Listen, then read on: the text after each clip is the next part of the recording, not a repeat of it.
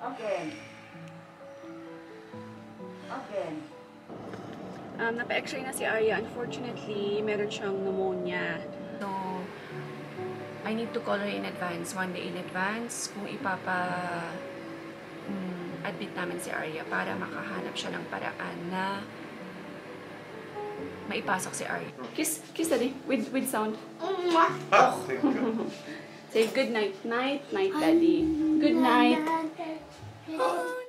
Just loving this moment. Can we stay here forever? I'm loving this moment. Can we stay? Good morning, beautiful people. Tawag dito. Need namin magpunta ng hospital, guys. Kasi si Arya, ilang araw niya na ba? Thursday, Friday, Saturday. Sorry, ika-4th day na kasi ni Arya. Yung ubo niya, lalong lumala. Alam niyo, may gamot naman siya. Solmux. Una nag-Robitussin, tapos Solmux. Kaya lang, ang kapal ng ano niya, guys, yung ubo niya. Diba pa sa mga bata, hindi kasi marunong tumura. So, kailangan talaga siguro niya na ng antibiotic para matunaw yung phlegm niya. So, we need to go to the doctor. Kailangan siyang mapa-x-ray. I'm sure, x-ray yan siya, diba? And, para na rin may mabigay kaming medical certificate sa school. Kasi 4 days na rin siyang absent eh. So, ayan, anyway, we will go. They will accept it, right? Even if it's... Yeah. But with lesson. Not anymore 4K. You sleep na. Natulog pa lang si Alp. Late kaming nagising. Ano na, brunch. My gosh, ang sarap ng tulog namin. Grabe. Tapos, ayan. So, let's see. So, ayan. Naliligo muna ako mga piya. And guys, we're in the hospital na. Pero wala kaming mask. Mandatory yung mask sa kanila. So, bilihan ko muna ng mask. Kaming dalawa sa may pharmacy. Dito ka muna. Bibilang ko ng mask. No need. There's some securities. It's okay. Okay ka lang? Okay. And waiting pa kami sa doctor. Fresh. Wala akong galing parents, doc. Surname, Arya Kuchuk. Please get out. Get beautiful. Open mouth. Open mouth. Tongue out. Yung mukha little. Open mouth. Say again. Funny, no? Funny. No more. Other side.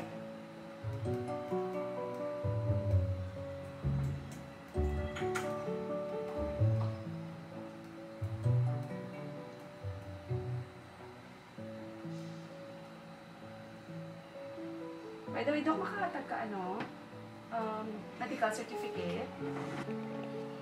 Okay.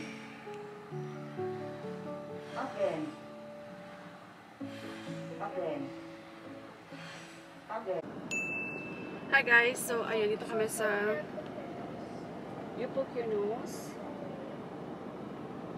It's okay. So, ayan mga bash. Napa-x-ray na si Arya. Unfortunately, meron siyang pneumonia. But, good thing is, kasi nag-subside na yung lagnat niya. For 2 days, wala naman na siyang lagnat. And, the doctor asked her, she's okay, she's fine. She's, wala naman siyang weakness or anything na nararamdaman. Basta yung ubo niya lang talaga. So, grabe yung phlegm niya talaga, guys. As in, grabe yung phlegm niya. So, but, still, the doctor said that, actually, pwede talaga siyang i-admit. She should be admitted. Pero sabi ng doktor, we will try first kasi she wanted us to try first antibiotic bago siya i-admit. So, baka kasi madala lang siya sa antibiotic. Hopefully, so for 3 days, i-antibiotic namin siya. But, within 2 days talaga, if pakiramdaman daw namin or we should tawag dito, parang we should kailangan namin i-ano si Arya. i-check ng mabuti. Kailangan namin, ang tawag doon, may word I forgot the word. Monitor. We need to monitor Arya ng mabuti kung about sa phlegm niya. Kung meron bang improvement within 2 days nung antibiotic niya. But if wala, then we will go back for admission na para mabilis yung ng phlegm niya. Hopefully, madali lang talaga sa antibiotic. Before 4 years namin dito sa Philippines, never pa talagang na-admit si Arya, although meron na siyang mga tinakbo sa emergency, ganyan-ganyan. But for admission, wala pa. So, meron kasi siyang mild asthma. Si Alp naman, meron talagang asthma. Kaya, madali talaga silang kapitan ng ganyan, ng ubo. So, ayan, hopefully, dito kami na sa Rob kasi bibili muna kami ng gamot. Bibilang ko siya ng mga gamot and ng antibiotic. We will start the antibiotic right now, kaagad. So, ayan, and then after, uwi din kami agad. So, Arya, you feel okay, right? It's just the cough. Yeah, I feel okay now, but it's only the cough. Right. Wala naman siyang fever, chinek din ng doctor lahat, so wala. But, ayan. So, okay lang. Hopefully, let's see. We will let you know. Let's see. Hi guys, magkasimba muna kami ni Al. Hindi namin masama si Arya kasi, hello. Ayan. Ang tawag dito. So, pahinga muna siya. When we wake, hear the birds and see the sun. Side by side our fears are done. Oh, the good times just begun.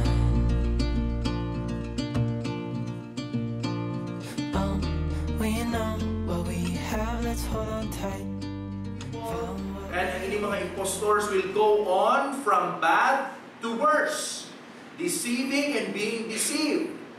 But as for you, ang bali Apostle Paul sa kay Timothy, but as for you, young Pastor Timothy, ang bali niya, continue in what you have learned. Sing.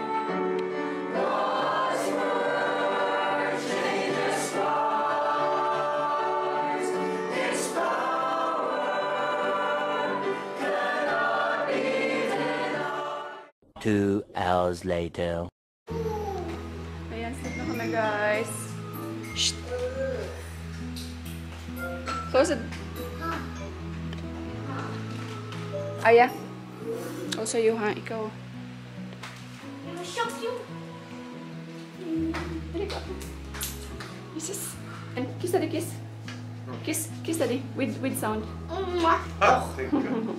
Say good night. Night, daddy. Good night. Oh, night, daddy. She said night. Dali na. Hug na ate. Kiss na ate. Night, ate.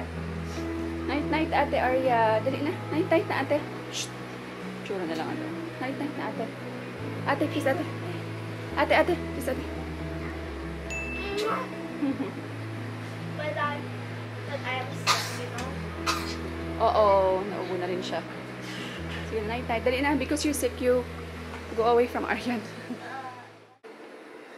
Guys, itsura ng ano ko guys. Ang buko. Mukhang puwet ng manok yan ba? Grabe, alam niyo ba, kulot ako eh. Kita niyo naman, di ba, yung dulo ng buko. So, ayan, end ko na tong vlog. Before I end this vlog kasi, gusto ko lang sa inyo yung update kay Arya. So, bigyan ko kayo ng update kay Arya. Ayun nga, yung ating findings. Meron siyang pneumonia, but good thing is, she's not having difficulty in breathing. Kaya pumayag yung doktor na hindi na lang siya i-admit. But pumayag naman siya. Sabi niya, okay, total hindi naman kasi si Arya. For admission siya, advised for admission siya, pero yun nga, she's not having difficulty in breathing. So, okay lang. Pumayag yung doktor na, sige, itry natin muna siyang antibiotic for 3 days. Pag second day, wala pa rin siyang improvement. Grabe pa rin talaga. Consistent pa rin yung phlegm niya. Then, I need to call her doctor daw na, ayun, i-inform her. Kasi puno yung hospital, guys. Punuan. Dahil nga dyan sa pneumonia. And yung iba, dengue, ganyan. So, I need to call her in advance, 1 day in advance, kung admit namin si Arya para makahanap siya ng paraan na maipasok si Ari ganun. So, or ng slot for admission. And, ayan, so far, sana, maging okay na si Arya. Nakastart na siya ng antibiotic niya kaagad kanina. And, every, kasi siya 2 times a day siya. So, every 12 hours, diba? Napainom ko siya for dinner now. So, tomorrow na naman, papainumin ko siya ulit. Siguro, 12 hours, 6. Mga after breakfast, ganyan. Hopefully, by God's grace, hindi na talaga siya ma-admit. So, please pray for us. Pray for Arya. And, ayan, ano pa ba? Anyway, kailangan daw siyang pausukan or tawag dito. Pero, okay naman. Hindi ko na siya binilhan ng machine kasi okay yung breathing niya. And, so, ginawa namin ni Alp.